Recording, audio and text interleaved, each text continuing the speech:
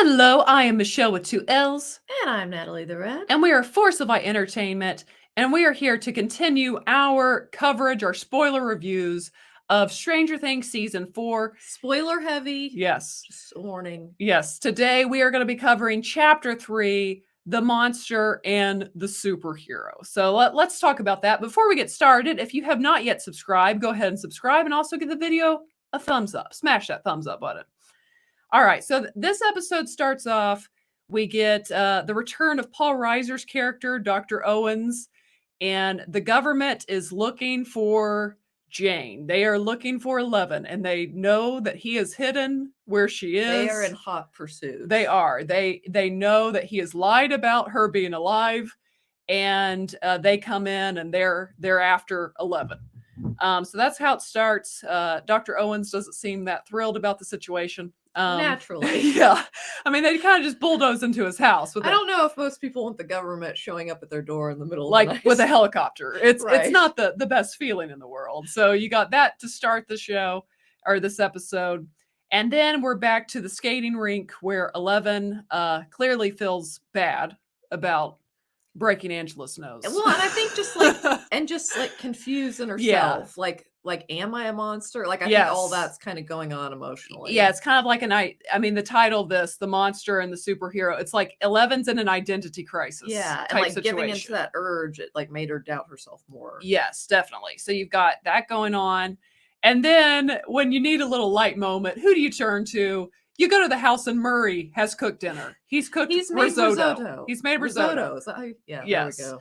And they all have a big family dinner where Joyce tells them that she's got to go to Alaska for a business trip. And you understand why she doesn't want to tell. With the Britannicas. Yes.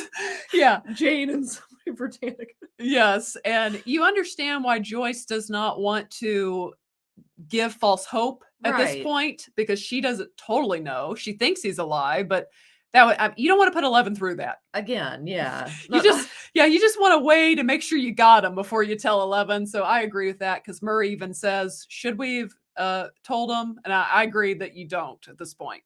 Right. But then what the scene just continues to get humorous, because the whole scene is funny. Yeah, because I mean, Murray's Murray. He always knows when there's tension of any kind. He's like an emotional guru. He really is.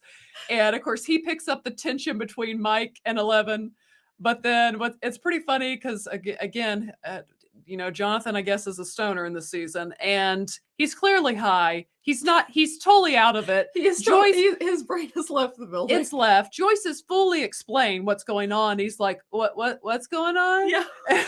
and where you're going to Alaska? And Murray's like, I know what's going on. Because Murray does know.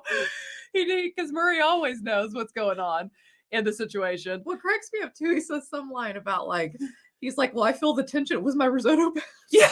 He's like, the risotto is great, is what Jonathan says. And then just his comments about, I still know who this guy is. About his Jonathan's friend who just keeps making like kind of off the wall comments. Yeah, he's like, I still know who this guy is. But yeah, and then Murray's he's so funny. Well, the funniest line Murray had in that was, I'm just a regular little housewife, and he fixes his hair. If you've seen it, you know, it's just the way he delivers it so well. But yeah, Murray really brings the comedic relief in that scene. And then, of course, 11 leaves upset, and you get her whole scene with Mike and how she's like, you say you care for me, but you don't say you love me. Right. And I couldn't help but laugh because 11's just such a black and white thinker. And as she pulls out those letters from Mike, from Mike, from Mike. and I think Mike, he's just, he's like a 16-year-old boy. He doesn't really know how to express himself very well. He's doing great. He's doing a great job, sweetie, for a 15-year-old boyfriend. 15, 16, however the old they are here. Probably about 15. I think they're like freshmen at this point. 14, I don't know how old they're supposed to be. 15, 16. We'll see. Yeah. I don't know. It's all confusing. But anyways, I think it's more like that. He just, he doesn't really know how to express himself. Right. And and then of course he brings not up uncommon to the male species. No, and especially at that age. Right. And he brings up, but you're a superhero, and she, again, identity crisis. She feels like a monster, and she's even lost her superhero powers. Yeah, like it really was like you just feel for when it's like he had kind of just started, you could see on her face, started to make her feel better with that comment, and then it like sets in, and she's like, not anymore. Yes. And it's just, yeah, I think she's and then you continue to feel for her because once Joyce and Murray are gone and can't be reached, the police show up and they arrest 11. It just gets worse. It's a bad day. It just keeps getting worse for 11 in this episode until the end. And we'll get to that later.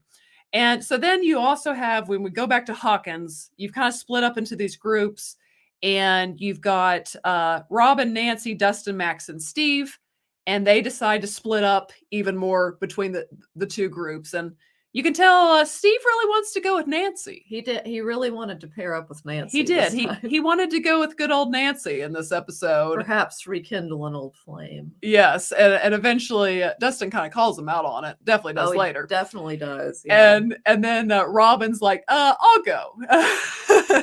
So they go off. Robin and Nancy go off to the Hawkins Library, where Nancy she's hot on the trail. In true Nancy Drew form. Yeah, she's good at this stuff. She is. She'll find something important. And they do. Right as she's going to give up, that she thought maybe she had, just that it was a pointless. Well, I mean, excursion. Technically it was her idea, but then Robin kind of had the light bulb moment. Because Robin went to the weird journalists that cover the weird report on these supernatural type things. Yes, and of course they figure out that this guy that had been mentioned in the previous episode to Nancy, that maybe he isn't crazy. Maybe something deeper was going on in that house in the 1950s. Maybe there was some evil. Yes, because they find out that these murders taking place are an awfully lot like the ones that are going on right now. And you have to observe, it is quite a specific way to go. Yeah, there's definitely a call sign to this way of murdering. It's very specific. It is. So yeah, they're able to figure that out by the end of it.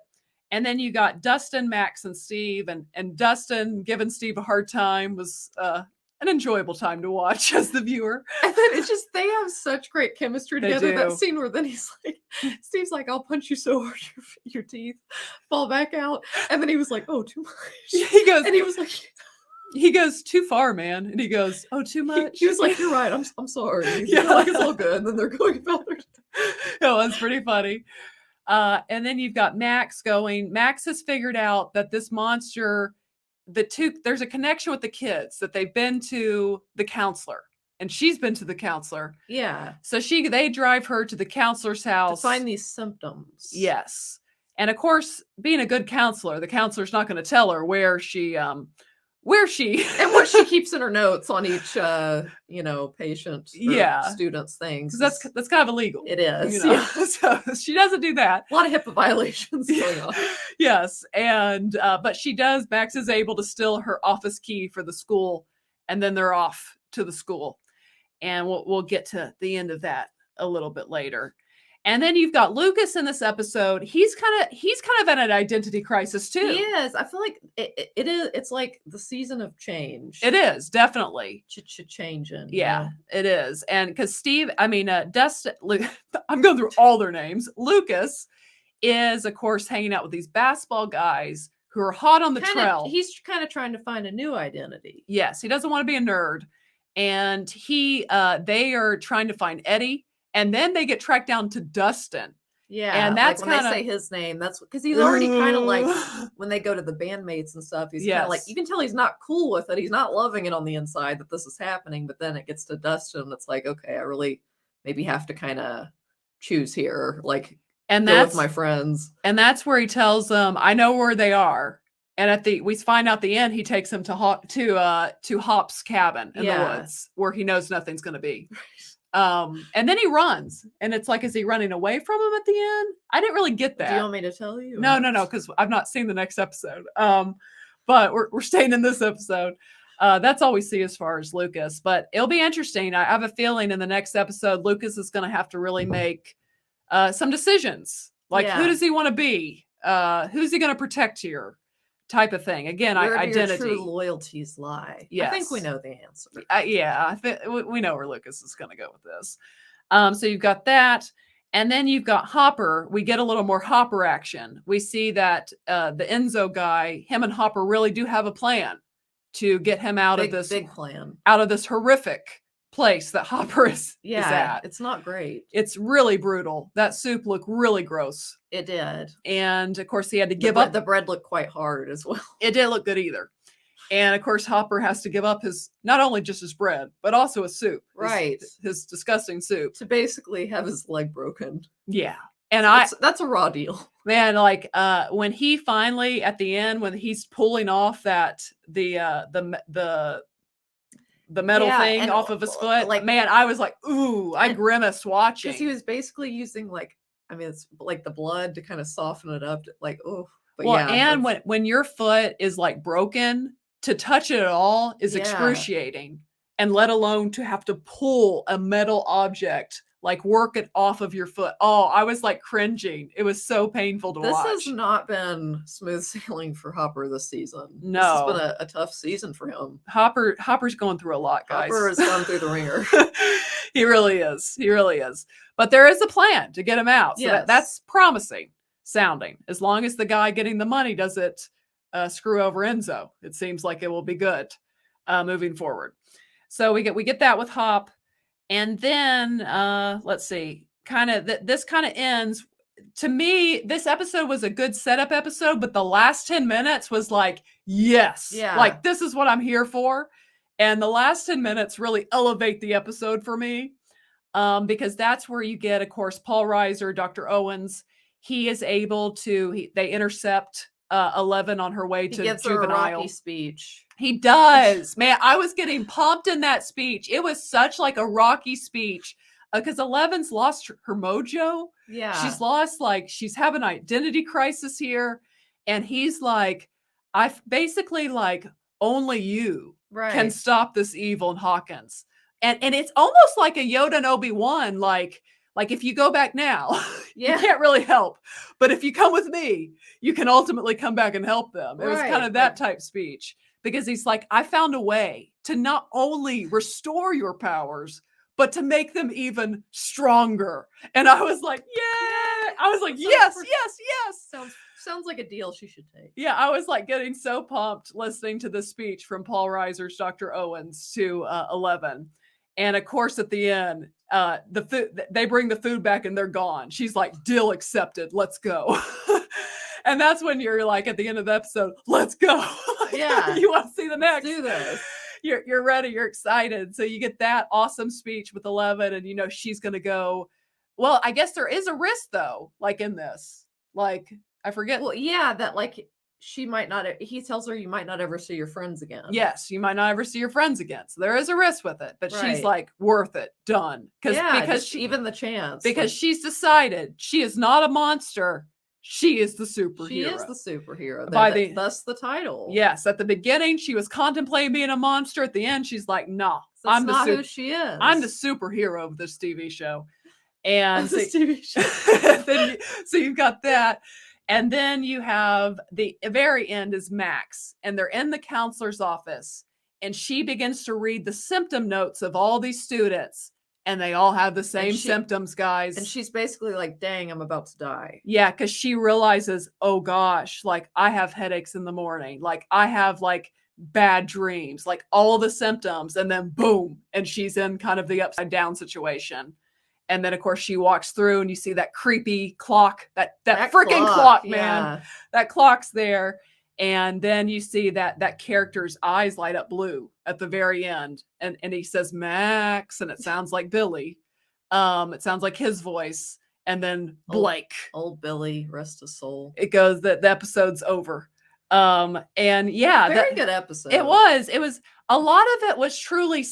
This was truly a setup episode. It was, yeah. But it was groundwork that had to be covered to go to the next point. Right. To take it to the next level. It did. And let's rate this. It's hard to rate some of these out of my enjoyment. Okay. I overall will give this episode a 4 out of 5, but the last 10 minutes was like a 5 out of 5. Yeah. But overall, I guess I'll give it a 4 out of 5, but it's hard to rate because, again, this episode was necessary. Yeah. It's like that stepping stone episode where all this groundwork was laid. And I feel like the next episode's going to be like awesome, is what I'm thinking. And I still just I really enjoyed things about this episode. Oh, yeah. And some, like you said, laying the groundwork and kind of learning some new things for the season. Yes. Like in this episode. And so I'm going to give it 4.5 out of 5 hoots. I mean, it could be a 4.5. I'm just trying not to give them all 5s here, to be real, because I've thoroughly enjoyed all 3 thus far.